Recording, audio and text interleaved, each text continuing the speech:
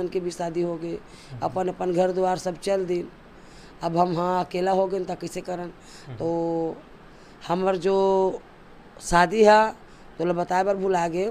हमार जो शादी बचपन हो गए 2 साल 2.5 साल के रहे तब के मोर शादी हो गए। तब हमन नहीं बिछड़े, हमन बचपना से जुड़े हैं ना, तब हमन नहीं बिछड़े। तो हमन एक साथ ही चलत रहे। बाकी लड़का में सब बिछड़ गए। तो दिमाग तो ये लगाए कि मतलब मोर पति जी भी मतलब कला से जुड़े रिश्ता वाला भी कला से ज़्यादा प्रेम रहा है। तो कहे जो भी होई देखबो कला चलाबो। हमला यहाँ से हमला प्रेरणा स्रोत हमार माता राम से मिलिस और फूफा जी से मिलिस। ओकर बाद जब हमार मन के कला आगे बढ़त गिस ना तो मोर पिताजी बीच में मोला बहुत मना करिस कि नहीं बेटी अब बड़े हो जात जब कला करना ठीक नहीं है लड़की जात मन के लिए। और अक्सर लड़की जात वाला बहुत थोड़ा बड़े हो के बाद में दिक्कत